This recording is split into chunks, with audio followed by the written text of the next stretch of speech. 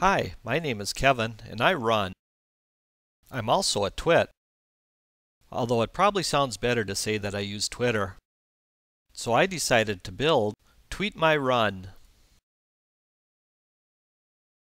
First on my agenda was to put together a set of requirements. I needed some way to manage users and I didn't really want to build anything, so Windows Live Authentication seemed like a good option. I needed the ability to enter locations. Next, I needed some mechanism to be able to enter goals. A goal would be defined as how many miles I wanted to cover and how long that would take.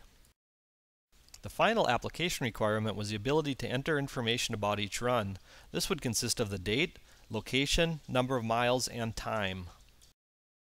An additional reason for Tweet My Run was to build a simple yet complete application that integrates many of the new technologies.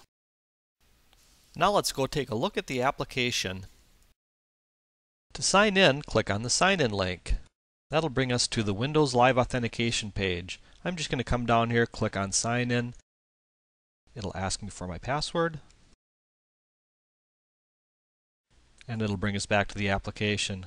So you can see this time when we came in, we have the defaults that are set up and our options are selected as well as our drop-down lists are populated. Before we tweet our run, we need to add in the goals. This can be done by clicking on the Goals tab, then clicking Add. This week we're going to be going 25 miles in 3 hours and 30 minutes. And our week is going to start last Sunday. So now we're ready to tweet our run. I went for a 5-mile run this morning in 42 minutes and 23 seconds. It was an average run. So now we can press the Send Tweet button. Now we'll switch over to our Twitter client. I should be able to click on Refresh and see our new tweet.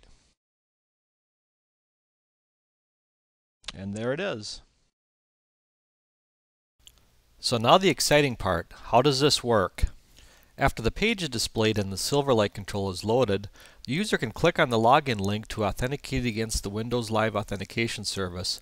Upon successful authentication, the user is returned to Tweet My Run with an authentication token and a cookie is added. At this point, the Silverlight control recognizes that the cookie is present and makes a call to a hosted Windows Azure WCF service. The Silverlight control's defaults and options drop-downs are populated and the system is ready for them to tweet their run. Once the user enters their run information, another WCF service is called. This one will insert the run information into the runs table within Azure Table Storage. The run information will also be assembled with a string builder and sent to Twitter with a post-type HTTP request.